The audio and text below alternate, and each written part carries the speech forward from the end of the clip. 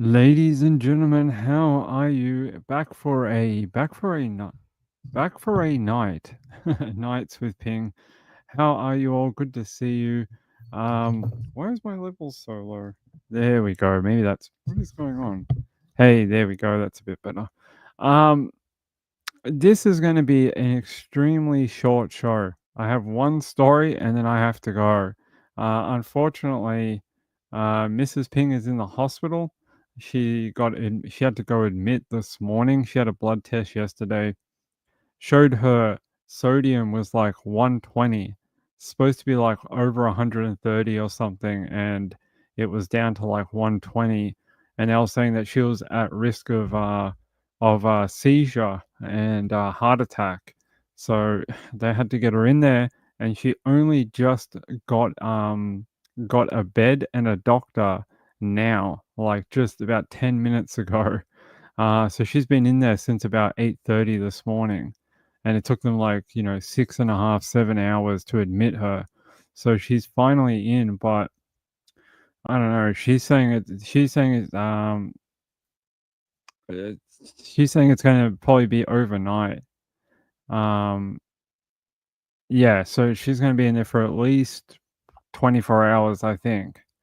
So that really sucks. We're hoping she was going to be able to get out tonight or overnight sometime, but it doesn't seem so. It seems like she's probably going to be at least 24 hours, which is very annoying because I moved our hair appointment last week till to tomorrow, and it's because she had a different medical appointment last week, and the hairdresser was very kind and moved it to tomorrow, and now I may have to call them and tell them that we're not going to make that one either.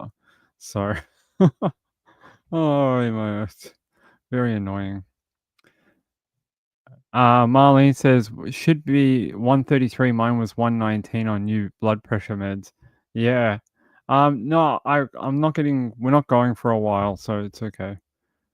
Yeah. Well, she gets her hair done, and I need to get my hair shaved. So to get that done every like 8 weeks. 8 weeks. 6 weeks, 7 weeks, something like that. Um, yeah, so I can't leave anyway for another hour and a half, so it's okay. We got some time. I can't go until about 5:30, so because like her dad's gonna come here and pick me up, so he wants to drive because it's far away. So we got some time. We got some time. I've been sitting here all day waiting for an update. Like to tell me what's going on because we weren't sure.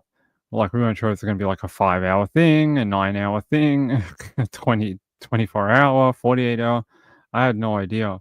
So we just got told that it's going to be at least overnight. Other than that, don't know. This is what they said.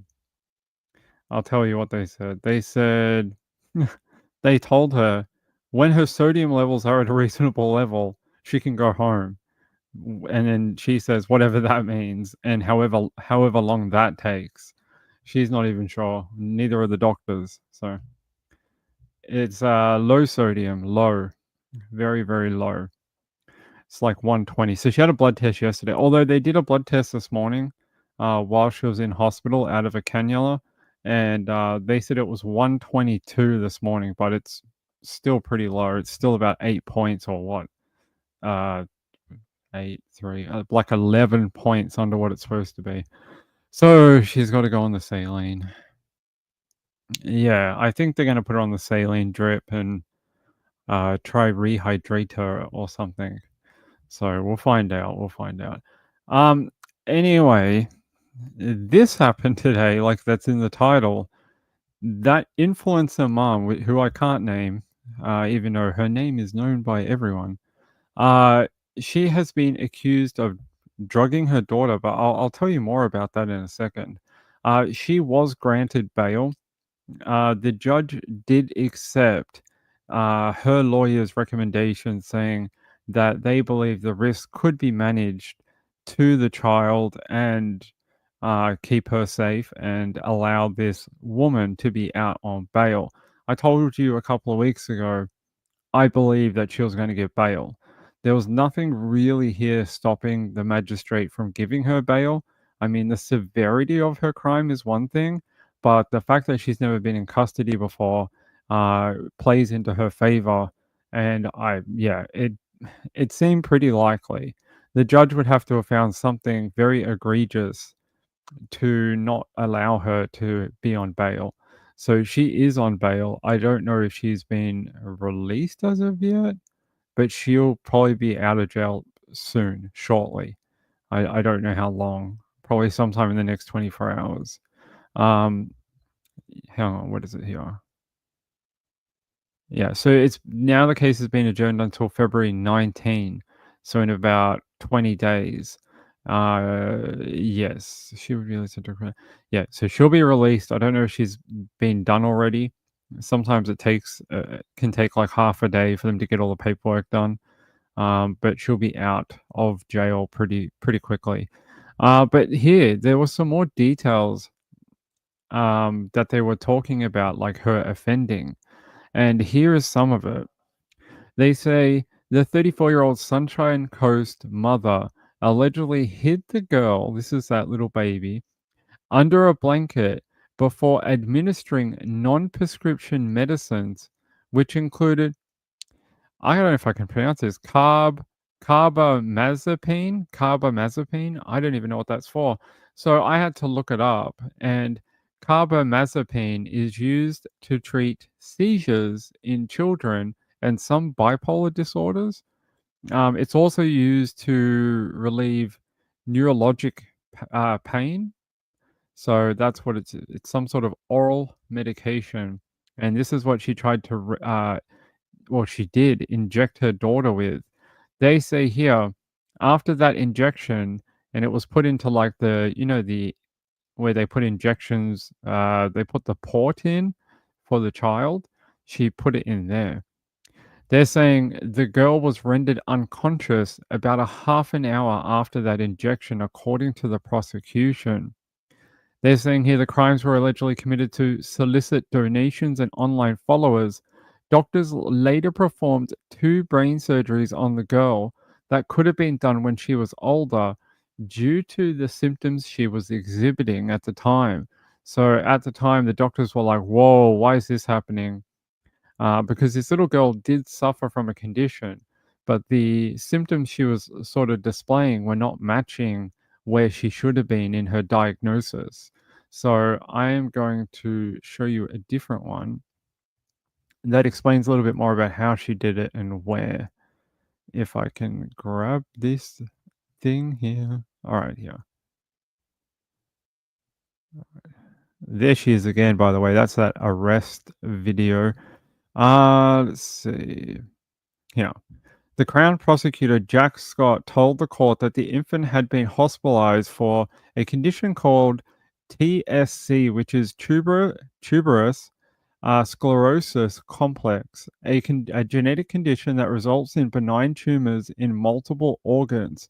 He said the baby was prescribed that carbamazepine, a medication for epilepsy and other seizures, but doctors had later ceased issuing that medication to the child.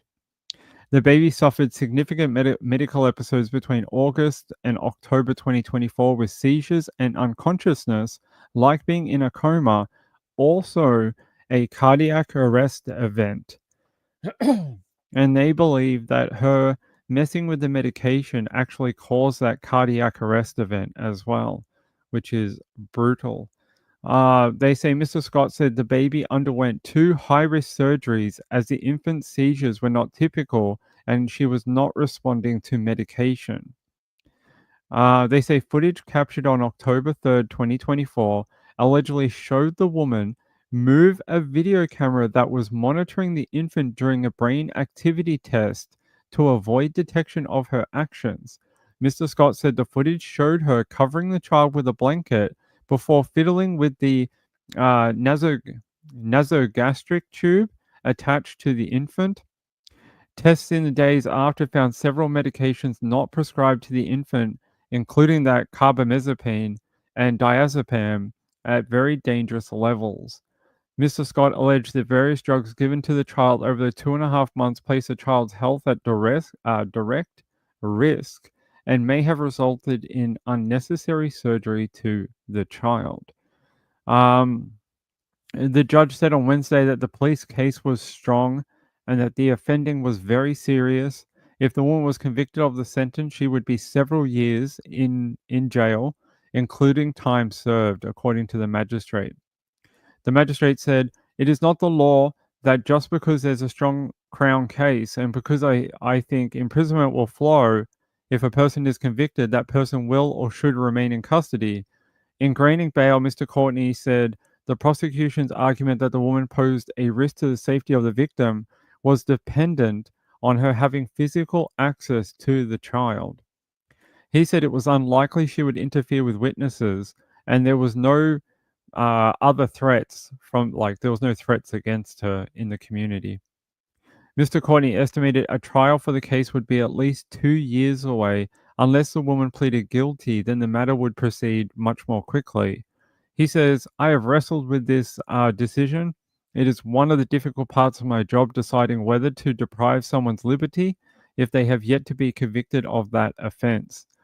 He ended up, he says here, he granted bail on condition she must not approach within 100 meters of the infant, and her only contact with the baby would be by audio-visual means and supervised by child safety. Mr. Courtney asked the woman whether she understood the bail conditions, and she replied that she did. Her defense lawyer declined to comment to the media this time outside of court after his client was granted bail. So she's out on bail right now, or should be very shortly. It's coming to the end of the working day down here. I would suspect that if she's not out right now, she'll be out first thing in the morning. But yeah, there's a little bit of insight into her offending. She moved a monitoring camera from the child while doctors were running a test on the infant and covered her with a blanket and dosed her with that medication while the child was in hospital. That is brutal, brutal offending. I mean, how uh, you have to really be doing some mental gymnastics to be like, okay, I'm going to move the camera, then I'm going to inject my own child with a high dose of medication to make it look like she's having a coma. That poor kid then went through two exploratory brain surgeries that she didn't need to have at all. She is vile. Rachel said, "What a nasty woman to do this to your own child. To do it not only to your own child, but to keep your online followers on the hook." That's all it was to keep the donation money coming in and to keep her following getting bigger. As you know, the sick mama, like she got a little baby that's sick, so everyone pay attention to her because she's such a great mum, right? Maybe not, because this doesn't sound like something that one of the hundreds of other, mums out there that are dealing with sick children. I don't think they're in the hospital drugging their children. They're literally want their children to get better. They don't want to have to appeal for help for, you know, exotic type of treatments, or, to fly to the USA to get specialized treatment, or to Europe. They just want their kid to be better. This lady seems like all she wanted was her child to get more and more ill. The police said if she had continued her offending, there was a very good chance that baby would have died. Not got ill, died. Like, there was a very good chance that baby would end up dead. So, these ladies, man, what the hell? It's a very hard case to cover when you know that child is so young. Marlene said she could, yeah, she could have killed the baby, right? They found them, those girls from, Kansas City? Okay. I will look in that in a minute. Yes, and we'll find out more, I'm sure. We'll find out more about, what else she did, because they're saying the offending took place over a couple of months. If this is the tiny bit that they're throwing out on a fishing line to a magistrate to try and keep her in jail. What else do they have? Because I'm guessing it's more. This is only like they're just dangling a little bit in front of them to be like, "Hey, look how dangerous this woman is. Don't let her out." But they're gonna have to have more evidence than that. They from their original brief that they handed in 2 weeks ago, they said they also have other CCTV footage, um, and other surveillance footage of her.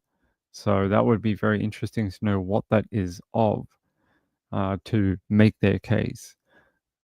Hey, Nikki, good to see you. Did I say hello to everyone? Hey, Marlene, Nanalana, Maria, Marlene, Moonlight View, hey, sweetheart. And, Marilyn Landis is here, our favorite swear word. April B.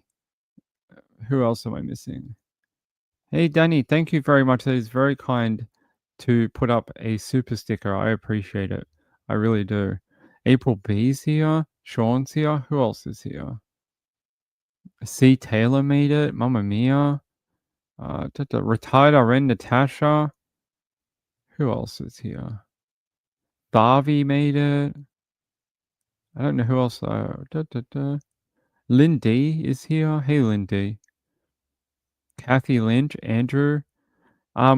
Danny says, a member for 6 months. Wow, good work, Danny. I appreciate that. 6 months of being a member. I think that's every month we've had it open. Something like that. Very close to it. I appreciate it very, very much. Yeah, hi. Good to see you. Yeah, I don't know what else to tell you about this woman, but I love that she was arrested, like, in her pajamas. I think that's hilarious. There you go. There's the image from our thumbnail for tonight. I find that, yeah, she looks so shocked. She did the whole, "Oh my god, are you sure? Me? Arrested? No." And you could see the expression on her face, even with the blurring. She looked she could win an Oscar award for acting. Like, she shouldn't be shocked. She knows what she did. She's probably more shocked that they actually cottoned on to what she had done. All right. I just want to check one other place.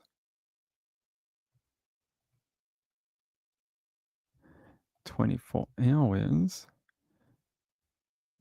Good work. My posts not being my friend. Hold on a sec, everyone. No. All right.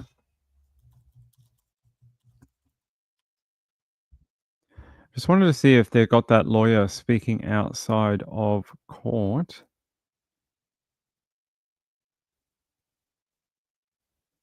I would have thought they did.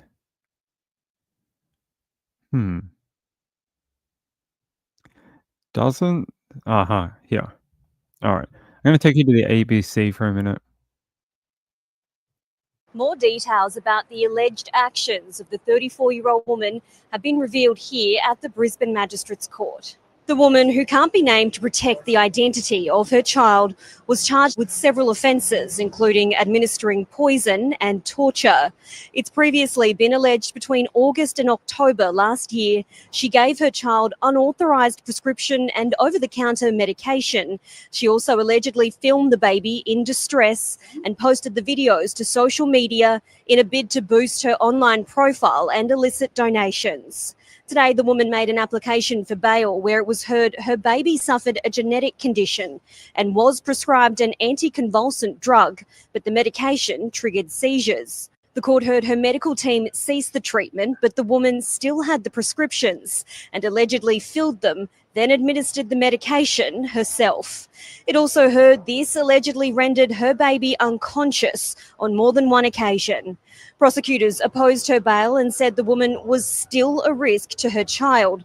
They submitted she'd recently told a psychologist the girl was diagnosed with a different deadly illness, which showed the woman refused to accept she had a treatable, non-fatal condition. Her defence lawyer told the court his client should be released as much of the case against her was circumstantial and she had no criminal history.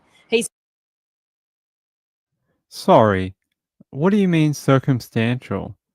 They have her on video moving the camera and then administering medication to the child. I don't think that's circumstantial. Circumstantial is like where you, oh, he may have been in the same area at the same time as a murder happened, and he also had money and bank receipts around the same time, indicating he may have been taking money or getting paid off for the murder. That is circumstantial evidence. Uh, the video of them from the hospital is basically a smoking gun. It's direct evidence. This lawyer right here on your screen right now must feel like the biggest cuck because he basically is.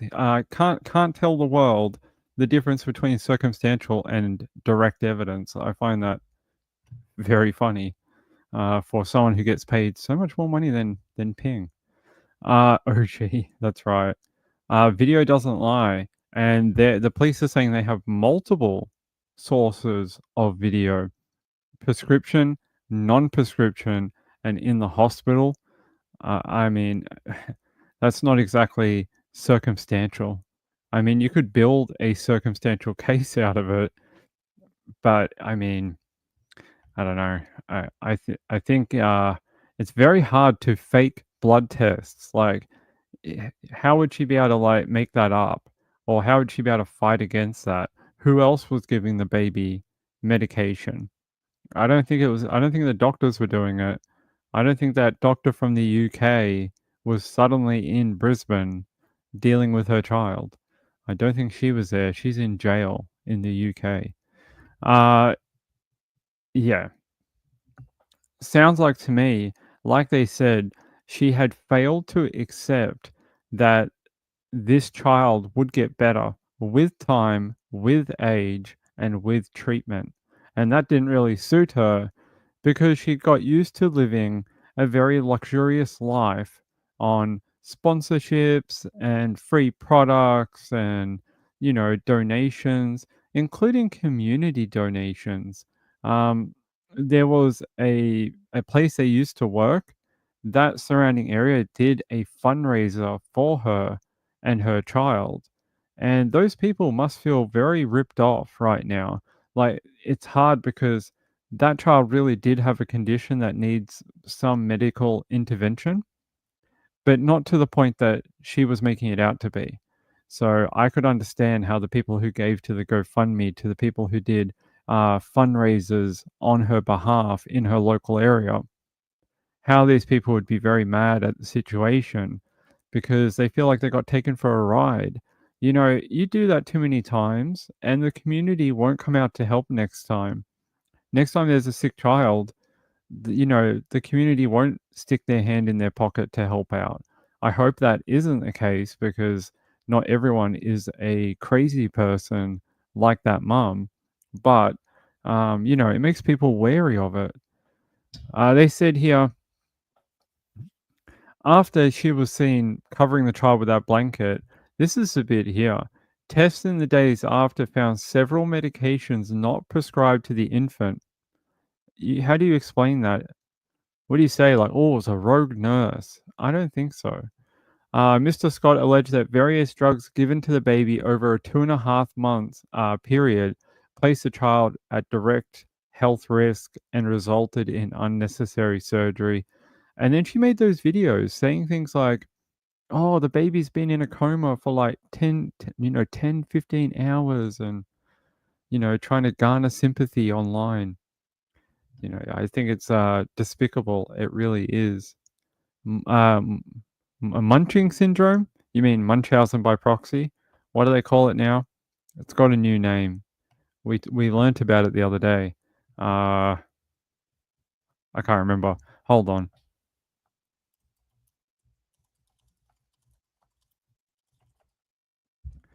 Yes, it's called factitious disorder imposed on another, FDIA. So that's the new name of it, FDIA. And yeah, factitious disorder imposed on another. That's the new definition they use for Munchausen by proxy. So it's possible, although I did read the other week that police were contacted in the regards to did they investigate if she is suffering from that particular disorder. And the police said it's basically not their job to diagnose her with that clinical definition. So, yeah, I get what they're saying. It's not up to them. If she really does have this Munchausen by proxy or fictitious disorder, then maybe it's up to her legal team to get her diagnosed. And it's not an excuse, but it may be an explanation of why her offending happened. It doesn't give you a get out of jail free card, but it does sort of go a little way towards saying, oh, okay, that's why that happened. Um, yeah, we'll see. We'll see. Factitious disorder. That's right. All right. Let me check up on these girls out of Kansas City.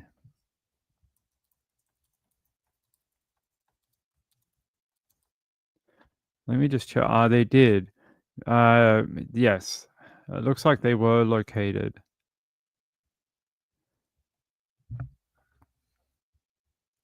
It was about 10 hours ago. Teens who went missing in KC are found safe.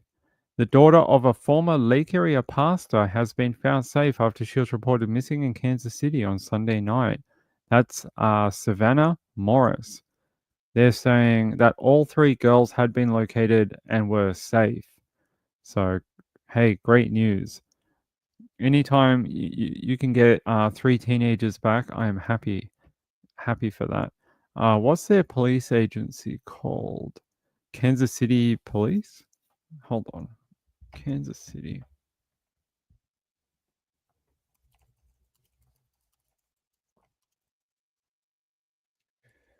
Let me see if I can find it. Kansas City, Missouri Police Department, maybe.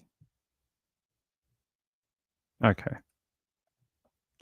So yeah, 9:52 a.m. the following day, Kenna was located along with Deasia and Savannah. They are all safe. So they have been located and now they have been blurred. Oh my god, they've been attacked by the blurry face syndrome. Oh my god, it's happened again. Why does this always happen to people? The car survived though. The car has not been blurred. But the people, they've all lost their faces. Oh my god, it's a very, it's a nasty disease spreading the globe. People losing their faces. Ping, that's not funny. It is funny because at least the children were found. Patty L says, told you they went partying with their friends. Yeah, it seems so. Marlene said, it's almost been a year since the men froze in the backyard. I don't think we're going to hear too much more about that. I don't think so. Danny Mitchell said Gypsy Rose should be a cautionary tale. They should show that to like every Lamaze class that you have to take for having a baby. Like your last episode of that before you have the child is to watch the documentary on Gypsy Rose. That should be like part of the curriculum. TB outbreak in Kansas. Oh my god, how many Tom Brady's are there? You had a Tom Brady outbreak in Kansas City? Oh, you mean like tuberculosis? Ah, okay. Not Tom Brady. All right, let me see.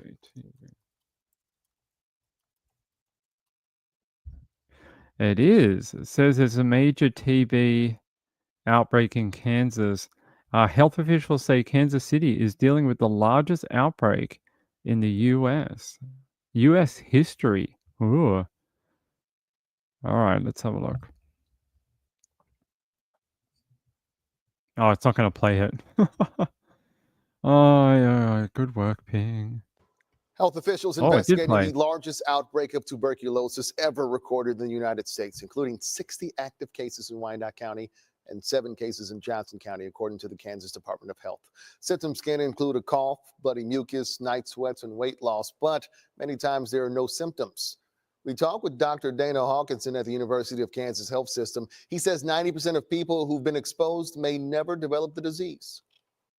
It is much more difficult to catch, but it is very difficult to treat as well. Treatment consists of at least 4 drugs to start, and then 2 drugs later on for at least 6 months, if not more sometimes. So there are a lot of problems associated with the disease because it can affect any organ in your body. Kansas officials have been keeping an eye on this outbreak for several years, and they are working with the CDC to track and treat cases. There you go. If you're in Missouri, be careful out there. I don't know what precautions you can take, but yeah, almost 70 cases. That is brutal. Does it say here? It says here the current outbreak can be tracked on the KDHE website. Okay.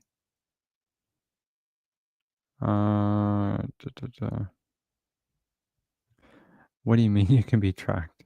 Outbreak response, general info. The website is not very well done. All right, show us the map. That is, there we go. As of the 24th of January 2025, the number of outbreak-associated active cases reported since 2024 is 67. Wyandotte County, 60. Johnson County, 7. The number of outbreak-associated latent infections reported since 2024 is 79, broken down as Wyandotte County, 77, Johnson County, 2. So, yeah, they say very, very low risk to the general public, including surrounding counties. Well, hopefully they can track down the source of it and figure out where it's coming from. Oh, okay. We just got a bunch of hashes. Cool. I don't know why I did that. Maybe we broke it. Whooping cough happened down here too. Hey Wendy R, how are you? The precautions for Tom Brady are a very good defense. You need a very good defense, and then that's how you take precaution against Tom Brady. Maryland says my daughter has a master's degree in public health and emerging diseases from George Washington University. Clever girl. Clever girl. Very, very highly educated. Marlene said it's sad so many people stop taking meds when they feel better, making a stronger virus. That is true. Got to take the whole course. Infectious diseases. I got what you meant. All right. Hey, guys, I'm going to get out of here. I've got about an hour. I've got a bunch of stuff. I've got to pack a night bag for her. I've got to go find all her pajamas and socks and underwear and the toiletries bag. And where those things are located, I have no idea. I gotta go find them all. She gave me like a list of like 50 things she wants. So I gotta go make that backpack for her. And I'll be back tomorrow. So I'll be back for a much longer show tomorrow. I'm sorry it's a bit of a short one. Yeah. I'll be back. I'll be back tomorrow for hopefully a longer show. Thanks for all the well wishes. I'll let you know what's going on when I know. I have so far I don't know anything except for she's going to be there a while. So thank you. I appreciate it. Sometimes. All right. Let me go pack things. Yeah, she wants her charger. Yeah. Yeah, charger, and she wants her laptop. So yeah, I'll find it all. I'll find it all. She should be home tomorrow. I hope so. I hope so. I hope so. Oh yeah. It means I have to feed the cats as well. I have to feed you mongrels as well. I have to feed the furry ones tonight. And actually, weeknights I feed them. She feeds them on the weekend. So there we go. All right. Good night. Peace out. See you later. Thanks, Danny Mitchell. I don't think we even posted any donation links tonight, so I don't think I'm going to check it. I will see you same time tomorrow, hopefully for a better show and good news. Good night. Bye.